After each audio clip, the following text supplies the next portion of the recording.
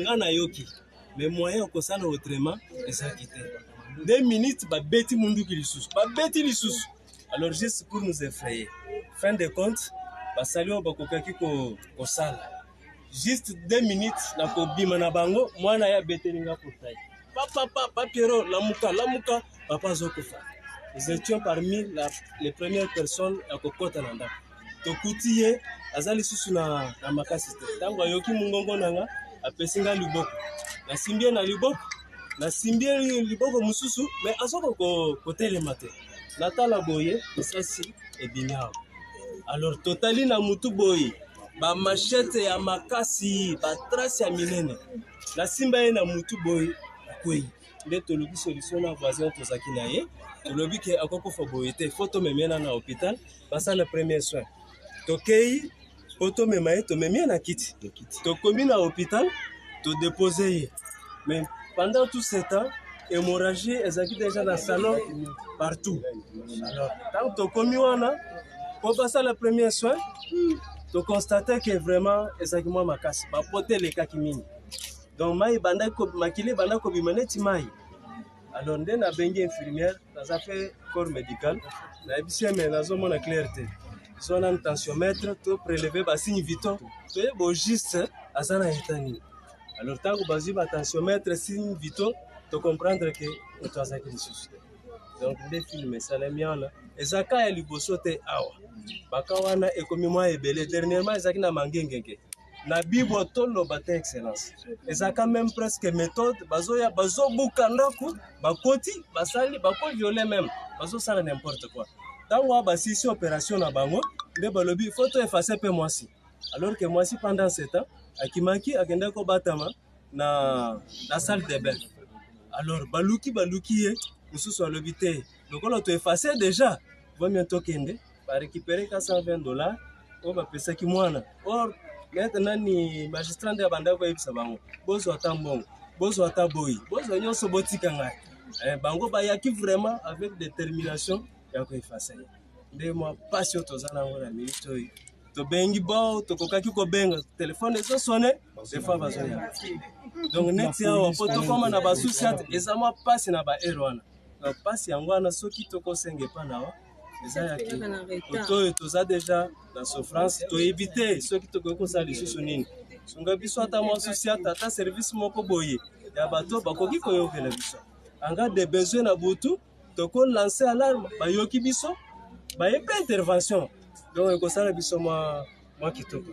Merci excellence. D'abord mes condoléances. Selon ce qui dit à Mongo, Ayou. Mais ils ont cassé ça avec quoi? Ça, on ignore encore. Le marteau, certainement. Collègues, quand vous êtes arrivés, vous avez pu trouver des traces? Il y avait des traces de pas. Oui. Nous avons pris quelques photos. Il y avait des traces de pas pour certains éléments de liaison qu'on vient de.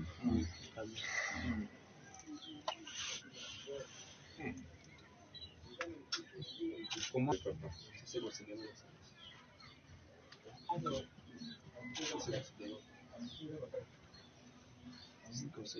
Comment ils ont suivi ma chambre?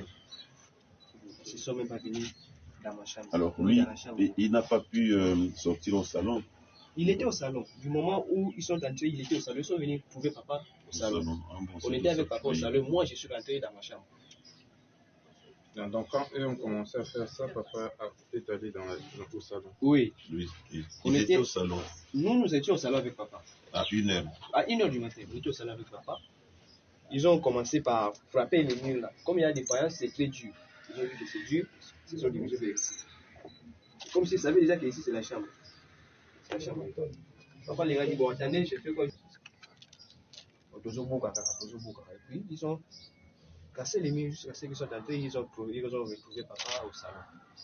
Voilà, c'est par là qu'ils ont commencé à passer la machette sur la tête, ils ont frappé plusieurs coups de machette sur la tête. Moi, je pensais même que c'était 3 coups. Puisque avec ce sang-là, je pensais que c'était 3 coups. Mais lorsque je suis arrivé à la morgue hier, je me suis rendu compte que non, c'était plusieurs coups. Puisqu'il y a les blessures là, je me suis rendu bien compte qu'il y a beaucoup de coups qu'il avait à encaisser.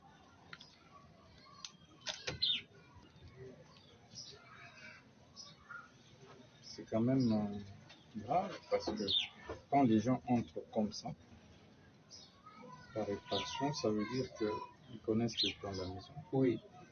Ça veut dire qu'ils savent qu'il n'y a pas d'homme violent ici. Parce que moi, je ne peux pas entrer comme ça. C'est impossible.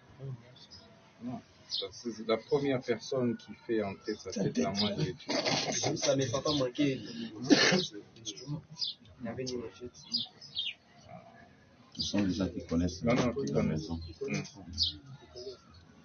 Quand ils sont arrivés dans la chambre, ils ont vérifié là sur les lits, il n'y avait personne.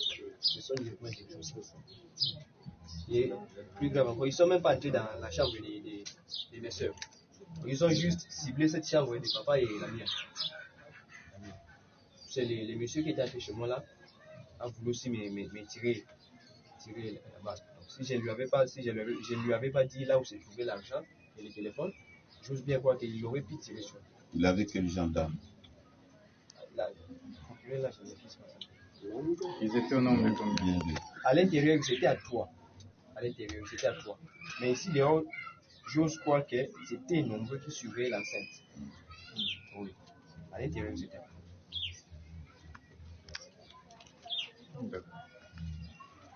Et la journée, papa était sorti? La journée excellente, j'étais au campus. Je suis rentré à 19h30. Mais lorsque vous êtes renseigné, il était sorti? Je ne me suis pas encore renseigné, mais je crois qu'il était sorti, puisque quand je suis arrivé, j'ai vu ses chaussures sur l'environnement. Je me suis dit, non, c'est que papa avait fait un déplacement. Quand j'avais échangé avec la médecin, il m'a dit que c'est seulement vers 16 heures. J'étais parti chercher les mamans. Comme il a l'habitude, les oranges. Il était parti s'acheter les oranges pour maman. Simplement ça. Donc c'était ça les déplacements. Moi je suis rentré à 19h30 et c'est moi qui ai dormi en retard. J'ai dormi à 22h. Papa avait déjà fermé sa porte. Il était entré dans sa chambre autour de 20h. Comme moi j'étais venu un peu en retard, je devais aller puiser de l'eau, ranger avec les livres. J'ai fermé la porte principale autour de 22h et je suis parti dans ma chambre. J'étais donc ces jours-là les derniers messieurs.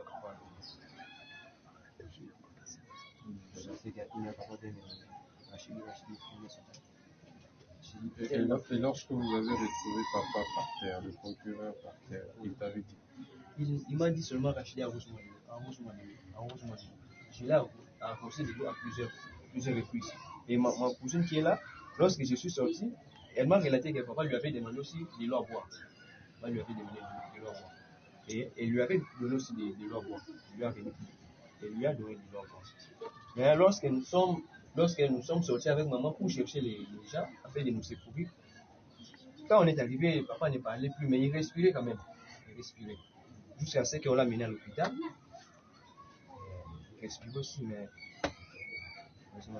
Très bien, je pense, monsieur le magistrat, la proposition que vous avez faite, je vais rapidement l'analyser. Comme c'est légal, il faut envisager comment le procureur peut évidemment détenir des petites armes, des armes de petit calibre, des pistolets. Je crois qu'il en va de la sécurité du corps.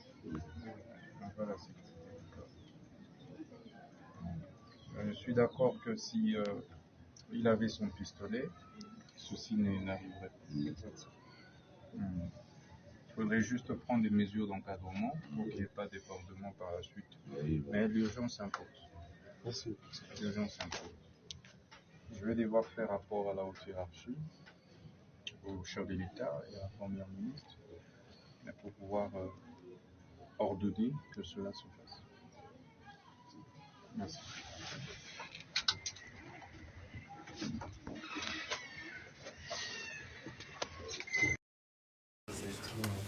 Voilà, donc, comme ministre du portefeuille de l'État, je suis venu échanger avec le ministre d'État, ministre de la Justice, sur un mal profond qui ronge notre société. Le mal, ce sont des condamnations, des jugements uniques et des saisies intempestives des comptes de toutes les entreprises du portefeuille de l'État. Et ceci se passe à tout vent. Et c'est devenu systémique. Il faut mettre fin à cette situation-là. Parce que ce type de jugement et la saisie des comptes de ces entreprises a un impact négatif sur le développement de ces entreprises et par conséquent sur le développement économique du pays. Comme vous savez, l'économie, les pans de l'économie qui est contrôlé par les Congos et les Congolais à 100%, ce sont les entreprises du portefeuille de l'État.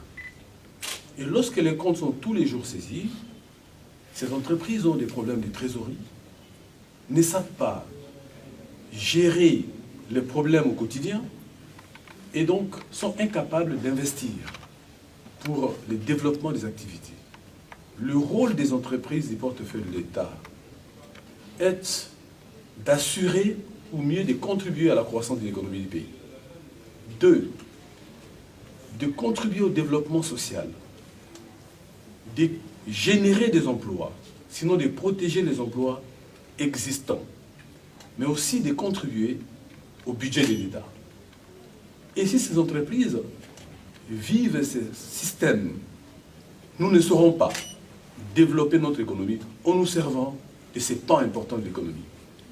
Voilà pourquoi je suis venu porter la question au niveau du ministre d'État, ministre de la Justice, pour que des décisions fortes soient prises en vue de protéger les entreprises publiques, je dirais mieux, les entreprises du portefeuille de l'État, afin de leur permettre de jouer leur rôle économique et social dans le pays. Voilà. L'actualité oblige, comment répondez-vous aux détracteurs qui estiment que vous devez démissionner pour avoir tenu des propos en l'encontre du chef de l'État? D'abord, ce n'est pas le cas. Ce n'est pas le sujet. Et ensuite, nous avons des priorités dans le pays. C'est comment nous mobiliser derrière le président de la République pour bouter hors d'état de nuire l'ennemi commun qui est le Rwanda.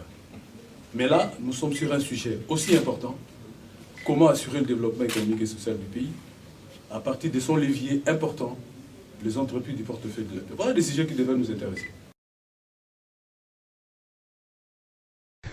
Vous savez que le président de la République suit de très près la situation dans l'Est de la RDC, la situation sécuritaire spécifiquement. Nous avons été il y a quelques jours en réunion du Conseil supérieur de la défense et il y a un certain nombre de sujets qui ont été abordés. La question ici, il était question autour du président de la République de faire le point de cette situation. Vous avez entre autres suivi la trêve obtenue, proposée par le gouvernement américain, la trêve humanitaire pour permettre d'avoir une intervention sur terrain 2 semaines du fait justement des agissements du gouvernement rwandais et de ses supplétifs du M23. Donc il était question de passer en revue toutes ces questions-là, mais aussi le président de la République a délégué, a instruit la première ministre et chef du gouvernement de tenir la réunion du Conseil de ministres de ce jour, parce qu'à la suite de la réunion qu'il vient d'avoir avec les membres du gouvernement, il va avoir une réunion avec la task force du haut commandement militaire pour passer aussi en revue d'autres aspects qui seront la suite des discussions que nous avons abordées ces jours. Mais ce qu'il faut retenir,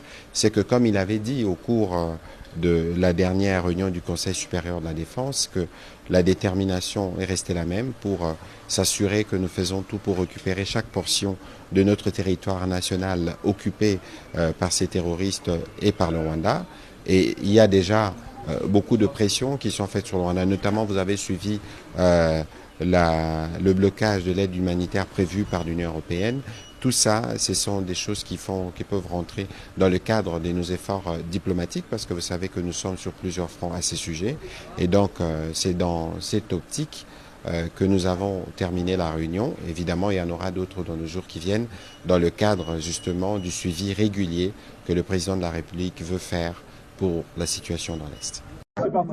Sa Majesté, plus de 10 ans après, vous êtes de retour au pays. Quel est votre premier ressenti en foulant le sol de vos ancêtres aujourd'hui?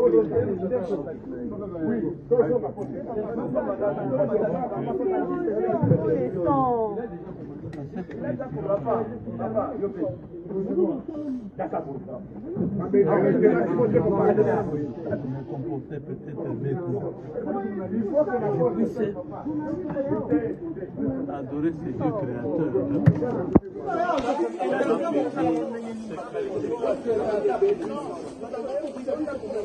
Je puisse venir encore épouser. Donc épouser cette terre de mes affaires. Moi, je crois que vous aurez fait le constat que votre public vous revient a pris de l'âge. Et cet âge-là qui a beaucoup œuvré pour le pays, pour la terre.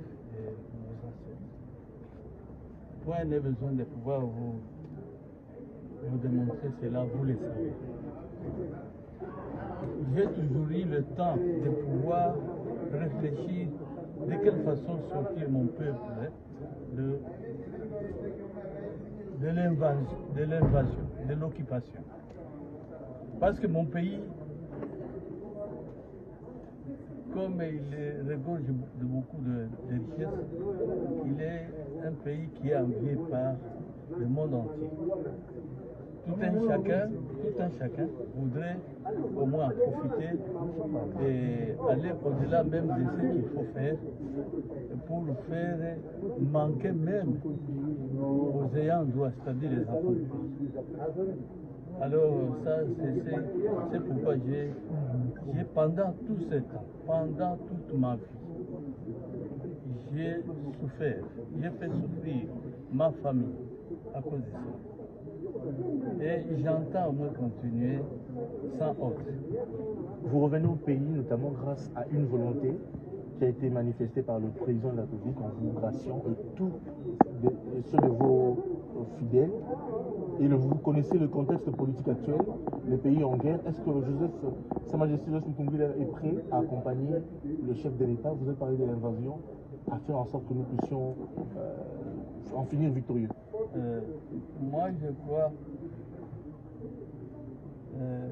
l'ordonnance qui m'a rendu heureux, moi, et tous ceux qui aiment ce pays. Ce n'était pas que j'ai été gracié, non, pas le chef de l'État. Il y a eu incompréhension. L'État congolais, hein? C'est-à-dire le pouvoir s'est excusé de m'avoir condamné. Ce qui n'était pas réel.